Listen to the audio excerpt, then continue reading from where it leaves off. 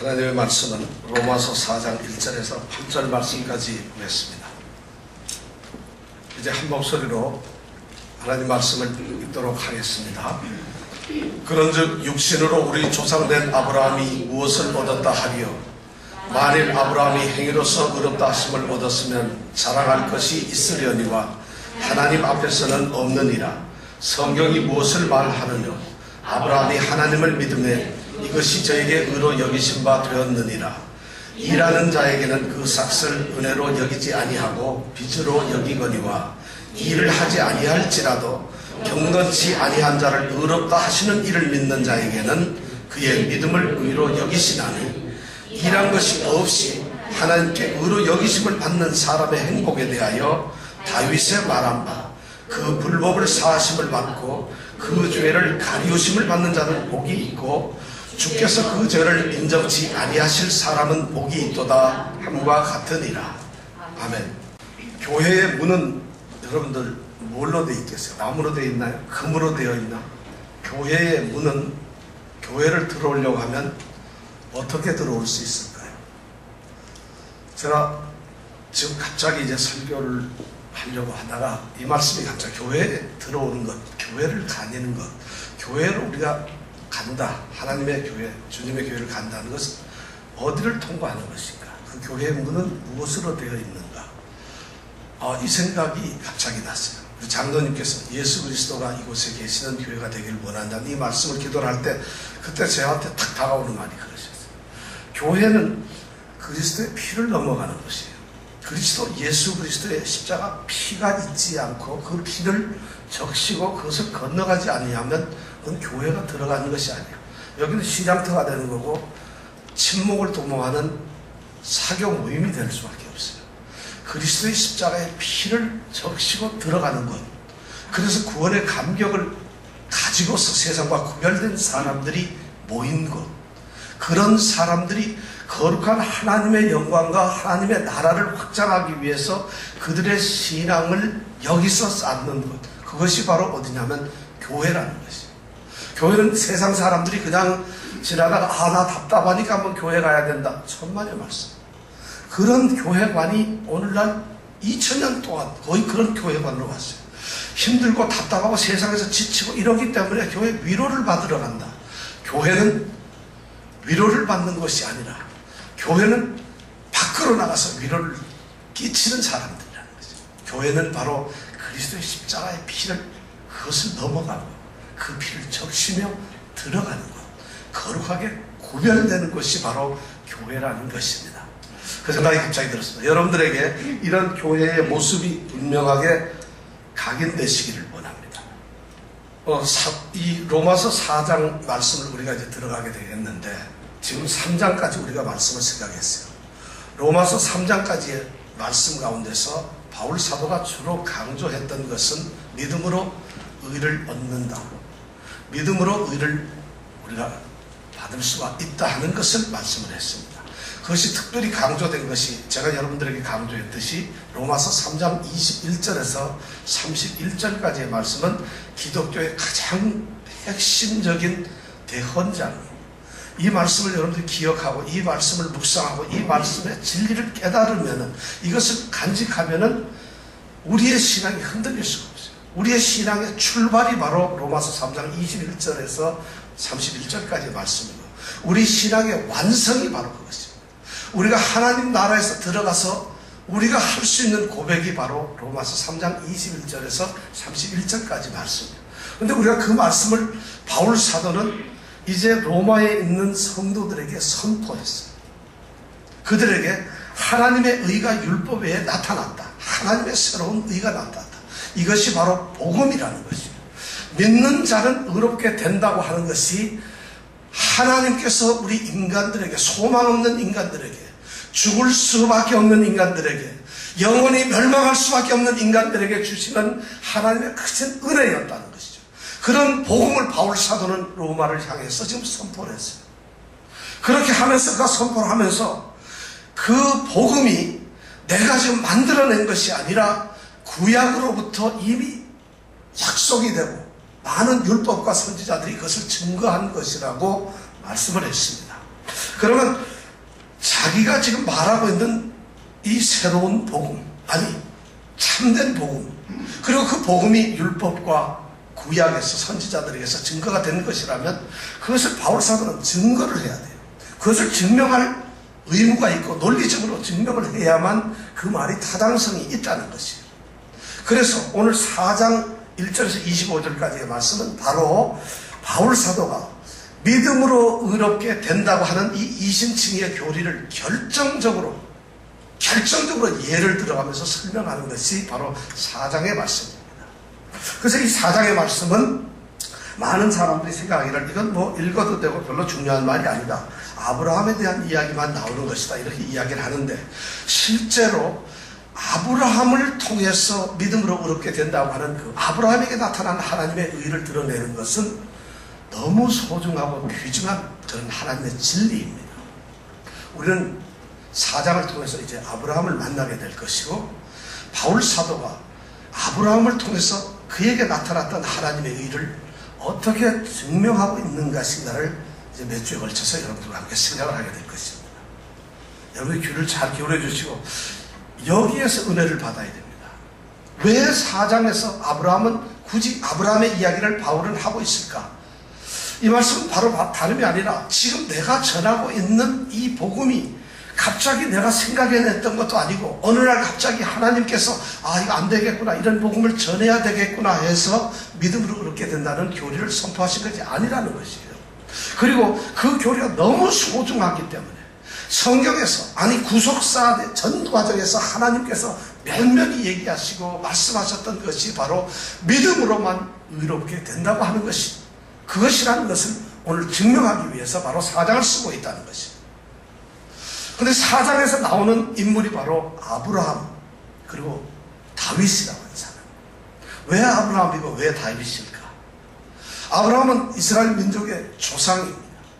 다윗은 이스라엘 민족이 가장 자랑스럽게 생각하는 그들의 군주이고 왕입니다.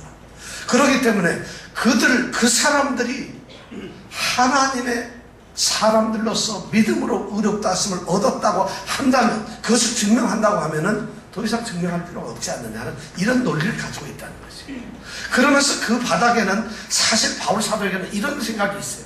이스라엘 민족들은, 유대 민족들은, 특히 그 당시에 있는 유대의 많은 랍비들은 이런 생각을 했어요. 아브라함은 그의 의로운 행위 때문에, 그의 의로운 행실과 하나님의 말씀을 잘 순종했던 그의 그러한 신앙생활의 모습 때문에, 그의 철저한 하나님의 말씀의 순종의 행동 때문에 아브라함은 의롭게 되었다.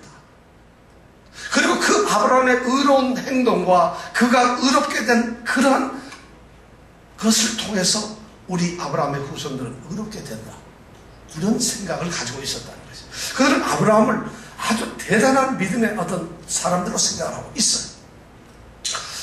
실제로 아브라함은 믿음으로서 훌륭한 인물이죠. 근데 이 유대인들, 랍비들이 바로 아브라함을 그렇게 높여주고 있다는 거죠. 근데 거기에 대해서 바울 사도가 정면으로 당신들이 알고 있는 아브라함, 당신들이 의의 행위로서, 그의 의로운 행동으로서, 그의 의로운 믿음의 삶으로서, 그의 의로운 성품과 그의 착한 행실로서 하나님께 의로움을 얻었다고 하는 그 생각이 틀렸다고 오늘 이야기를 하고 있는 것입니다. 어쩌면 바울 사도의 이 도전은 엄청난 얘기예요. 모든 사람들이, 자기의 동족들, 이스라엘 사람들이 모두가 아브라함은 바로 그 최고의 사람, 하나님의 보시고 하나님이 인정한 사람이고 하나님께서 분명하게 그의 착한 행실을 보고 그의 이삭을 바치는 그의 행실을 보고 복을 내렸다고 하는 그 아브라함이 어떻게 믿음으로 그를 얻었을까? 이런 생각을 할 수가 없었다는 것이죠. 그런데 바로 그런 것을 바울 사도는 정면으로 유대인들을 향해서, 랍비를 향해서 오늘 선언을 하고 있습니다. 그렇기 때문에 이것은 어쩌면 4장은 우리가 소름이 끼치도록 도전되는 말씀입니다. 오늘날 어떤 분이 있는데, 예를 들어서 모든 사람들이 다 존경하고 모든 사람들이 다 칭송을 하고 있는데 그게 아니다, 실제를 보니까 그렇지 않다고 이렇게 감히 말할 사람이 누가 있겠어? 더군다나 성경으로 증명이 되어 있고 많은 유대 민족들이, 적어도 아브라함과 이 바울의 시대는 아무리 못되어도 1000여 년 이상의 시간이 흘렀는데 그들이 생각하는 그 아브라함에 대해서 정면으로 당신들이 생각하고 있는 것이 틀렸습니다. 성경은 그렇게 말하고 있지 않습니다. 하나님은 아브라함을 그렇게 받아들이지 않았습니다 하는 것을 이야기한다는 것은 정말 새로운 모험이고 위대한 도전이고 정말 엄청난 그러한 새로운 말씀이에요. 그것을 지금 바울 사도가 이야기하고 있다는 것입니다. 로마 성도들을 향해서, 그리고 유대인들을 향해서, 그리고 오늘날 아브라함을 똑같이 믿음의 조상이라고 생각하면서 잘못된 신앙을 가지고 있는 사람들을 향해서 바울 사도가 오늘 이야기를 하고 있습니다. 자, 그렇다면 오늘 읽은 말씀, 그 말씀이 바로 4장 1절. 그런즉 육신으로 우리 조상된 아브라함이 무엇을 얻었다 하리요? 이렇게 말하고 있어요. 그것이 바울이 던지는 질문이에요. 바로 아브라함을 최고로 알고 아브라함이 모든 의의 표징이라고, 완전한 의의 현실, 가장 완전한 의의 모범이라고 생각하는 그들을 향해서, 그렇다면 육신으로 우리의 조상이 되었던 그 아브라함이 무엇을 얻었느냐? 다시 말씀드려서 그 아브라함을 통해서 우리가 무엇을 발견할 수 있겠느냐? 그 아브라함에게서 우리가 찾아낼 수 있는 것이 어떤 것이 있는가? 잘 드러나 이런 얘기예요. 자, 아브라함이 그렇다면 내가 그 아브라함을 통해서 내가 지금 전하고 있는 이 진리의 말씀이 무엇인가를 한번 생각해보고 깨달아라, 제대로 알아라 하는 얘기예요. 그러면서 그가 첫 번째 던지는 말씀이 4장 2절의 말씀. 만일 아브라함이 행위로서 의롭다 하심을 얻었으면 자랑할 것이 있으려니와 하나님 앞에서는 없느니라. 사람들이 아브라함은 행위로서, 믿음의 의로서 의롭다는 것을 가지고 생각하고 있었어요. 그래서 아브라함을 자랑하고 있었어요. 아브라함은 참으로 우리의 믿음의 조상이다. 아브라함은 참된 믿음의 사람이고 그의 행실은 하나님 앞에서 완전하고 그의 행실은 하나님께서도 인정하신 것이었다고 이렇게 생각을 하고 있고 그들이 하나님 앞에서 자랑을 하고 있습니다. 사람들 앞에서 그렇게 자랑을 하고 있는데 바울 사도는 아니라는 것이에요.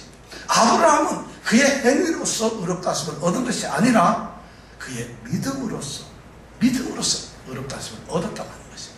만약 아브라함이 정말로 하나님 앞에서 그가 행동한 것이 그의 성품이나 그의 착한 행실이나 그의 신분이나 그의 어떤 신분, 철저, 그의 출신이나 이런 것이 의로 여길 만한 것이 있어서 그래서 그것을 기준으로 해서 만약 하나님께서 아브라함 괜찮은 사람이로구나 이렇게 해서 만약 의롭다고 하셨다고 한다면 아브라함은 하나님께 자랑할 것이 있다는 거죠. 사람들에게도 자랑할 것이 있어요. 아니 하나님을 대면해서 하나님에게 당당하게 자기의 권리를 주장할 수가 있었을 것이라는 것입니다. 나는 하나님 의로운 사람 아닙니까? 이 정도면 나는 의롭다 하심을 얻을 수가 있지 않습니까? 하나님이 나를 의롭다고 인정을 하셔야죠. 할 수가 있다는 것이요. 근데 이스라엘 백성, 유대 백성들은 바로 아브라함은 그런 사람이라고 생각을 하는데 바울 사도의 대답은 뭐예요? 하나님 앞에서는 없는 일입니다. 사람들은 그렇게 생각할지 모르지만 당신들의 생각이 틀렸다는 거예요. 하나님 앞에서는 아브라함은 자랑할 거리가 없는 사람이에요. 하나님 앞에서는 아브라함은 하나의 그냥 평범하고 구원을 얻을 수가 없고 하나님 앞에서는 죄인으로 비춰지는 그러한 사람이라는 거죠. 우리가 생각하는 하나님이 그를 들었었기 때문에 그가 훌륭한 사람이지 하나님이 그를 선택하기 전에 하나님이 그를 찾기 전에 하나님이 그를 부르시기 전에는 그는 아무것도 아닌 사람이라는 것이죠. 이것이 행위로서 의롭다 하심을 얻지 못한다는 말씀. 그러면서 두 번째 4장 3절에 보면 바울 사도는 성경이 무엇을 말하느냐 이렇게 이야기를 하고 있습니다. 이 말씀은 뭐냐? 당신들이 지금 말하고 있는 것은 아브라함이 그렇게 대단하다고 하는데 그럼 똑바로 생각을 해보자. 성경에서 말하고 있는 것이 무엇이냐? 정말 성경이 말하고 있는 것이 무엇인지 당신들은 지금 알고 있느냐? 이런 주장을 하고 있는 거죠. 성경이 무슨 말을 하고 있느냐? 여러분 이 말씀 앞에 저는 너무 은혜를 받아요. 성경이 무엇을 말하냐? 이 말씀 앞에서 정말 여러분들도 똑같이 느꼈으면 좋겠어요. 바울이 지금 생각하는 것은 아브라함의 행위든 아브라함이든 뭐 세상의 어떤 사람들 랍비의 의견이든 그들이 가지고 있는 전통이든 그들의 철저한 율법적 행위든 종교든 그런 것이 중요한 것이 아니라 이 바울에게 있어서 의라는 것은 하나님의 의라고 하는 것은 그것의 가장 철저한 기준은 성경이라는 것입니다. 하나님의 말씀으로 돌아가서 모든 것을 판단하고 하나님의 말씀으로 돌아가서 말씀에 의해서 모든 것을 결정해야 된다고 하는 것을 지금 바울 사도가 말하고 있어요. 성경이 무엇을 말하느냐? 성경을 사람으로 지금 만들어놨잖아요. 그래서 성경을 절대적인 최종적 권위로서 바울 사도는 얘기하고 있어요. 아무리 사람들이 뭐라고 말을 한다 할지라도, 사람의 전통이나 학문이나 사람들의 교훈이나 사람들이 단체로 어떤 것을 결정한다 하더라도 그것이 아니라 성경이 뭘 말하느냐, 성경이 어떻게 이야기하고 있느냐, 성경이 무엇을 말하고 있느냐 하는 것이 바로 모든 하나님의 하나님의 복음의 진리의 핵심이라는 것이죠. 여러분들 하나님 말씀으로 돌아가세요. 세상에서 누가 뭐라 하든, 목사님 제가 뭐라 한다 하더라도 여러분들은 하나님의 말씀 안에서 이것이 옳은가 그른가를 분별하셔야 합니다. 이 세상에 어떠한 책을 읽더라도, 어떠한 방송에서 무슨 일을 만나더라도 여러분들은, 믿음의 사람들은 바로 성경을 기준으로 해서 성경에 의해서 분별을 하셔야 돼요. 그래서 말씀을 가까이 해야 된다는 것이죠. 말씀은 최종적인 권위를 가지고 있다는 것이죠. 그리고 바울 사도는 지금 말씀을 의료화시켜서 성경이 무엇을 말하느냐 이렇게 말하고 있어요. 왜냐하면 성경에 뭐라고 적혀 있느냐, 성경에 쓰여 있는 것이 뭐냐 이렇게 말을 할 수가 있는데 성경을 사람으로 바꿔버렸어요. 그리고 뭘 성경이 이제 말하고 있느냐는 것이에요. 바로 하나님의 말씀은 우리에게 들려주시는 하나님의 말씀이라는 것이에요. 성경은 기록된 또 책으로 남아있는 그러한 어떤 고문서가 아니라는 것이에요. 하나님의 이 성경은 바로 하나님이 우리를 향해서 하시는 말씀이라는 것이에요. 부모와의 관계, 이웃 연인과의 관계가 대화를 통해서, 말을 통해서 이루어진다면 하나님과의 관계도 바로 말씀으로 되는 것이에요. 하나님은 우리에게 어떤 글로써 남겨가지고 무엇을 알고 읽어라 하시는 것이 아니에요. 말씀으로 들으라는 것이에요. 오늘날 성경을 우리가 읽으면서 성경 하나하나, 한 절 한 절, 한 말씀 한 사람이 바로 하나님께서 직접적으로 우리의 귀에 들려주시는 하나님의 말씀인 것을 믿으시기 바랍니다. 이것이 너무 소중하다는 것이죠. 그러면서 바울 사도는 성경이 무엇을 말하느냐 이렇게 이야기하면서 이것을 시제를, 텐스를 현재 시제로 얘기를 하고 있어요. 지금 말하고 있다는 것이에요. 저는 이 말씀이 그렇게 소중한 말씀이 있는지 몰랐어요. 성경이 무엇을 말하느냐, 지금 성경이 무엇을 말하느냐, 지금 말하고 있느냐는 것이에요. 바로 바울 사도는 그 성경이 모세에게도 쓰여졌고 그들의 선장인 선지자 이사야든 뭐 사무엘이든 이런 율법과 선지자들에 의해서 쓰여진 것인데 그것을 하나님의 말씀으로 받아들이면서 과거의 말이 아니라 오늘 살고 있는 현재 우리에게 던져주시는 하나님의 말씀이라는 것이에요. 성경을 바라보는 이 관점이 우리에게 그런 것이 있어야 돼요. 여러분들은 이 성경책이 적어도 2000여 년 전에 완성된 책이라고 생각을 하지 마십시오. 이 성경의 말씀은 바로 하나님의 말씀인데 오늘도 현재적으로 지금 21세기를 뉴욕에서 살고 있는 우리에게 하나님께서 말씀을 하고 있다는 것이죠. 이 성경을 보면서 여러분들은 하나님의 음성을 들으시기를 바랍니다. 정말 이 성경을 읽으면서 하나님께서 야, 이정근 집사야 내 얘기 잘 들어 이렇게 들으시라는 얘기예요. 이 말씀을 실제적으로 오늘날 들으라는 것이에요. 이런 말씀을 바울 사도는 하고 있다는 거예요. 바로 그들이 아브라함을 의의 행위로서 그가 하나님께 의로운 땅을 받았다는 그런 전통 속에 매어가지고 있는데 바울 사도가 그들에게 정면으로 얘기하는 것이 첫 번째가 행위로 절대된 것이 아니라 두 번째는 성경이 말하는 대로 너희들이 판단해라. 너희들은 성경을 좀 잘못 생각하고 있다는 것이죠. 그럼 성경에 뭐라고 되어 있어요? 성경이 무엇을 말하는 거예요? 아브라함이 하나님을 믿으며 3절을 계속 보니까 아브라함이 하나님을 믿으며 이것이 저에게 의로 여기심과 되었느니라. 이것은 창세기 15장 6절에 나오는 말씀이에요. 창세기 15장 6절에 나오는 아브라함을 향해서 하나님께서 하신 말씀이에요. 창세기 15장 1절에서부터 6절까지의 말씀에는 이런 내용이 나옵니다.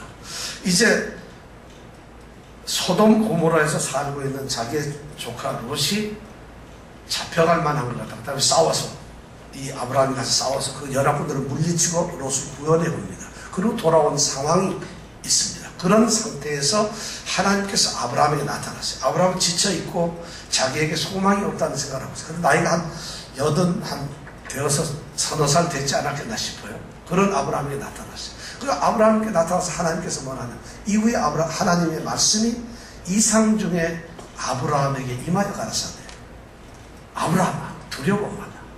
나는 너의 방패요 나는 너의 지극히 큰 상급이니라. 이런 말씀.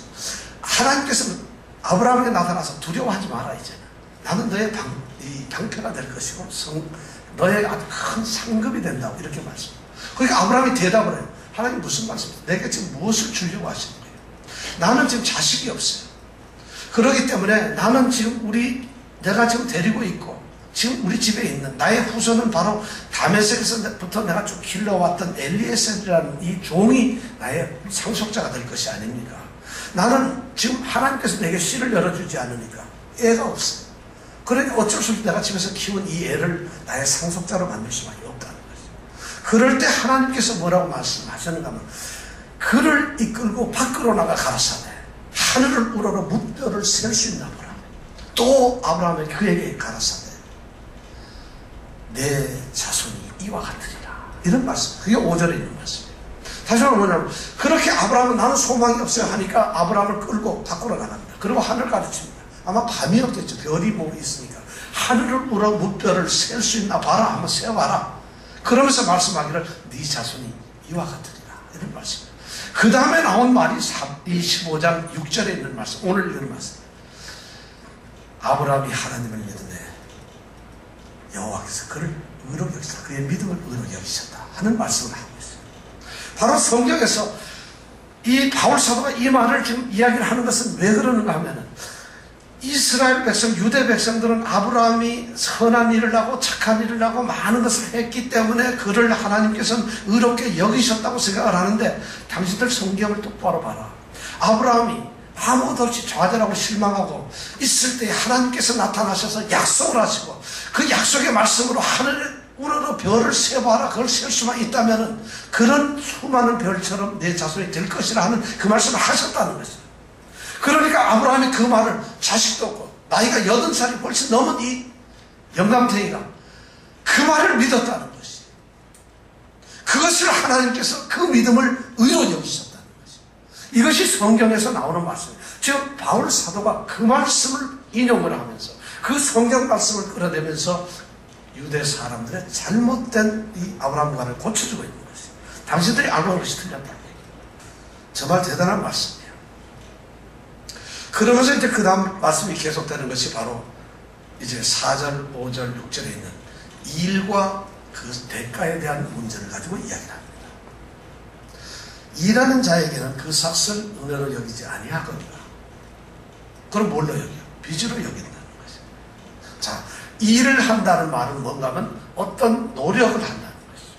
하나님의 호의나 하나님의 어떤 마음에 들기 위해서 하나님이 의롭다 하는 인정을 받기 위해서 우리가 어떤 것을 하는 것이 우리의 행동이라거나 우리의 노력이나 우리의 생각이나 우리가 부지런히 아니면 우리가 애를 쓰는 이런 모든 행위를 여기서 말하는 일이라는 말로 표현하고 있어요. 그렇게 함으로써 우리가 의롭게 되는 것이냐? 아니라는 것이죠. 일하는 자에 근데 만약 우리가 그렇게 일을 하는 사람으로서 그 대가가 우리에게 의로우심으로 온다고 한다면은 우리는 자랑할 것이 있을 거예요. 근데 세상적으로 경제적인 이 비즈니스 측면에서는 일을 하면 정당한 대가를 받는 것이 맞습니다. 우리가 열심히 회사에서 일을 하고 또는 어디 가게에서 일을 해주면 거기에 대한 대가를 받아야죠. 물건을 팔면 물건을 주는 만큼의 돈을 받아야 되는 것이죠. 그건 정당한 권리이고 주장이라는 것이에요. 그것이 틀렸다는 것이 아니에요. 그런데 바울 사도는 그것은 맞지만은 아브라함은 일을 하지 않았다는 것이에요. 일을 아니할지라도 일을 아무것도 안 했는데 그래도 경건치 아니한 자 의롭다 하시는 하나님 그 하나님을 믿는 자에게는 그의 믿음으로 여기신다는 것이에요. 의롭게 되는 것은 일을 하는 것과는 다름이 없어요. 우리가 어떤 공로가 있는 것이에요. 내가 어떤 노력을 하거나 내가 어떤 신앙적으로 열심히 기도를 많이 했더니 내가 찬양도 열심히 하고 성경을 많이 읽었더니 아니 내가 어떤 교회에서 봉사생활도 많이 했더니 내가 주일날 교회를 한 번도 안 빠졌더니 내가 교회에서 전도왕으로 2300명을 내가 전도를 했다. 이런 것이 하나님에게 의로 인정을 받는 것이 아니라는 것이 왜냐하면 실제로 아브라함을 의롭다고 하신 것은 아브라함이 하나님 앞에서 무슨 일을 한 것이 하나도 없어요. 그런 아브라함을 부르실 때 보세요. 갈대아 우리에 있을 때 여호와께서 아브라함에게 이르시되 너는 너의 본토 친척 아비 집을 떠나 내가 내게 지시할 땅으로 가라 하고 내가 너를 큰 민족을 누리고 내가 복을 주고 내 이름을 창대케 하라. 너는 복의 근원이 될지라. 이렇게 설명을 하는 거예요. 그럼 아브라함이 갈대아 우리에서 무슨 일을 했겠어요? 아무것도 한 게 없어요. 지금 내 자손이 하늘의 별처럼 될 것이다 하는데 아브라함이 무슨 어떤 일을 했느냐고요. 아무것도 없어요. 그리고 하나님께서 아브라함을 복의 근원을 만들어주시고 너를 축복하는 데에 내가 복을 내리고 너를 저주하는 데에 내가 저주를 하겠다. 땅의 모든 족속이 너를 인해서 복을 얻을 것이다. 이런 말씀을 하는데 아브라함이 한 게 하나도 없어요. 아무것도 없지만 하나님께서는 아브라함을 의롭게 여기셨다는 것이에요. 바로 뭐냐면은 우리가 아무것도 하지 않더라도 우리의 행위나 공로가 없다 하더라도 하나님께서는 의롭다 하신다는 것이에요. 하나님께서는 다만 우리의 공로를 보시는 게 아니라 경건치 아니하고 아무것도 아닌 자들에게 그가 하나님을 믿기만 하는 것. 여기서 믿는 자가 의롭게 된다는 것이에요. 믿는 자. 오해하지 마세요. 이 믿는다는 말은 내가 믿는 것이 아니에요.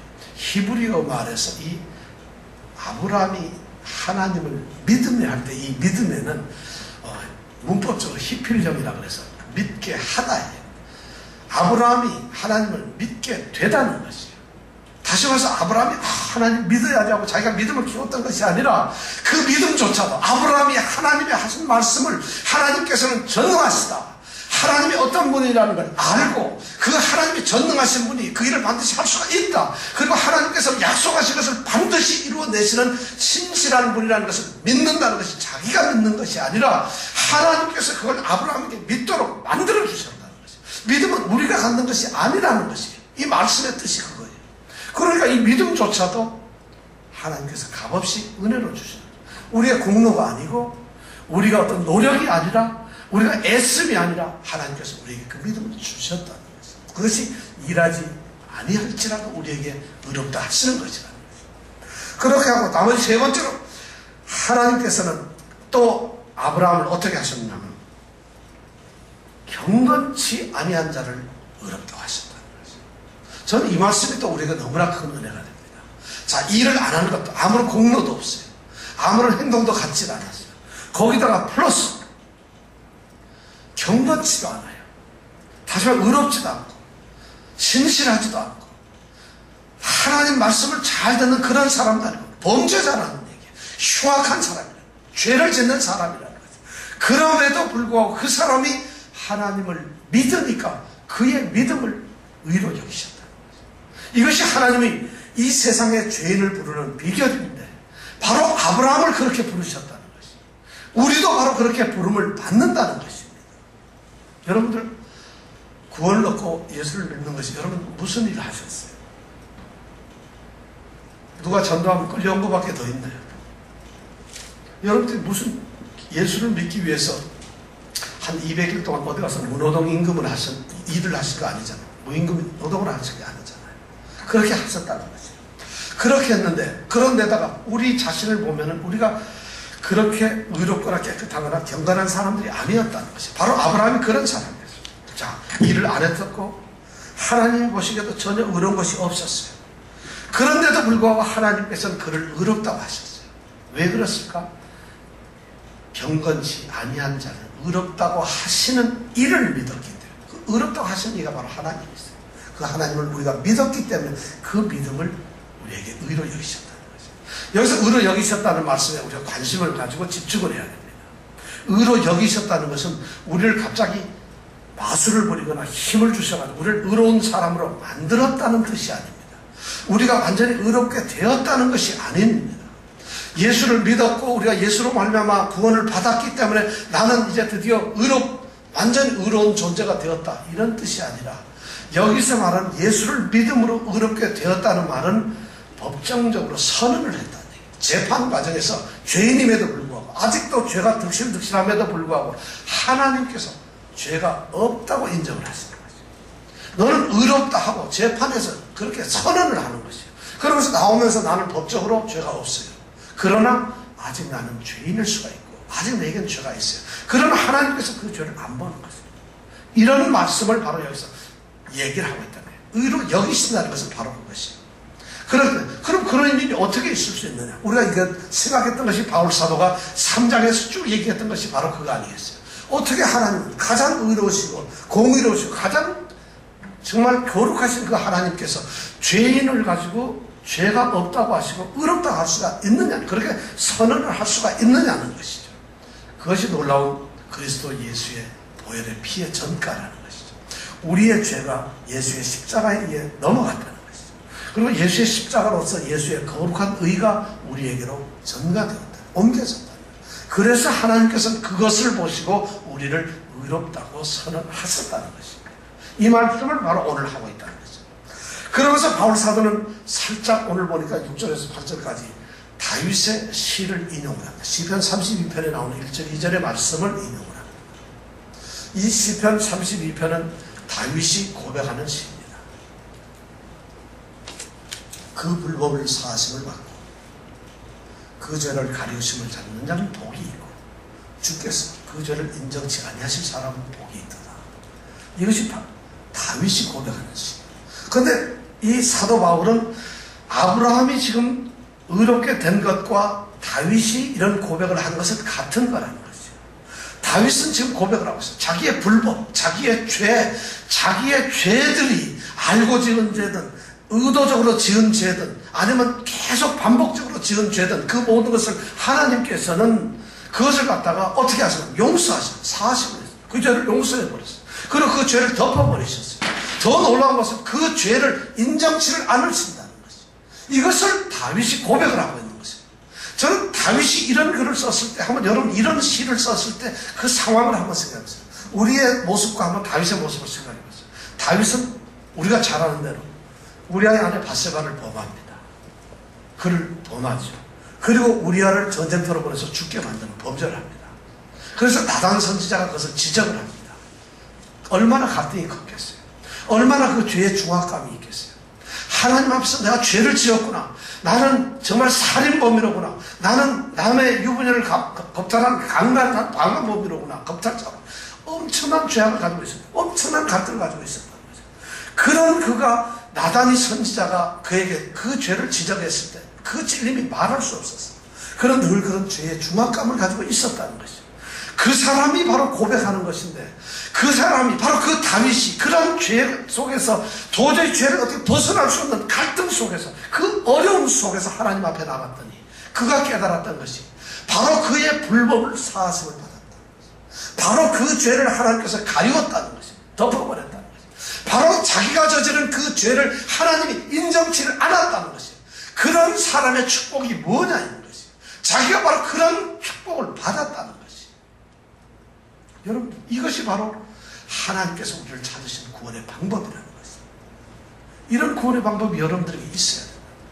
우리에게 당합니다. 바로 지금 오늘 이 다윗, 아브라함 이를 통해서 우리 바울 선지자, 바울 사도는 우리에게 지금 그것을 이야기를 하고 있어요. 우리에게도 그런 의로운 구원이 있을 수가 있다는 것이죠. 바로 유대인들이 라비들이 잘못 생각하고 있는 아브라함에 대한 지적을 해줍니다. 아브라함은 어떤 탁월한 신분을 가진 것이 아닙니다. 이 아브라함은 어떤 위대한 행위나 공로를 가진 것이 아닙니다. 아브라함은 인격적으로 또는 대단한 사람이라 또 경건치도 아니한 사람입니다. 그럼에도 불구하고 그는 하나님께 의로 여기심을 받는 사람의 행복을 가지고 있다는 것입니다. 그것이 바로 오늘 우리에게 주어지는 진리라는 거죠. 유대인들에게 바로 그것을 알아야 합니다. 당신들은 좀 잘못 알고 있다. 아브라함은 그렇게 당신들이 생각한 것처럼 그렇게 의롭게 된 것이 아니라고 지금 선언하고 있습니다. 저는 오늘 이 말씀이 우리에게 이렇게 적용이 되기를 원합니다. 여러분들이 만일 내가 좀 그리스도인이 되기 위해서 무엇을 좀 해야 하지 않을까? 그리스도인이 되기 위해서 내가 이런 일을 해야 되는 것이 아닌가? 나는 이런 일을 좀 해야만 더 예수를 잘 믿는 사람이 된다. 이런 생각을 하는 순간 여러분들은 그리스도인이 아니라는 것이에요. 이 말씀을 잘 생각해 주세요. 우리는 우리 자신 스스로를 그리스도인으로 만들 수가 없습니다. 우리는 우리 스스로가 그리스도인이 되게 할 수가 없습니다. 예수의 사람으로 우리 자신을 만들 수가 없어요. 아브라함이 하나님을 믿었던 것도 하나님께서 믿게 하신 것입니다. 우리가 그리스도인이 되는 것도 내가 교회를 나와서 내가 그리스도인이 됩니다가 아니라 성령께서 우리를 감동하셔서 말씀을 믿게 만들어야 합니다. 예수를 나의 구주로 받아들이게 해야 합니다.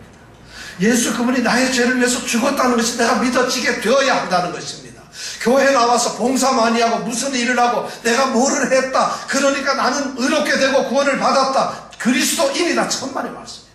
그것은 세상적인 얘기라는 것이에요. 그것이 바로 잘못된 생각. 그런 것이 있게 될 때 사람은 교만하게 되고 자기가 자기의 공로로서 자기는 의로운 사람이라는 것을 자랑하게 되는데, 하나님이 가장 미워하시는 것이 교만이라는 거예요.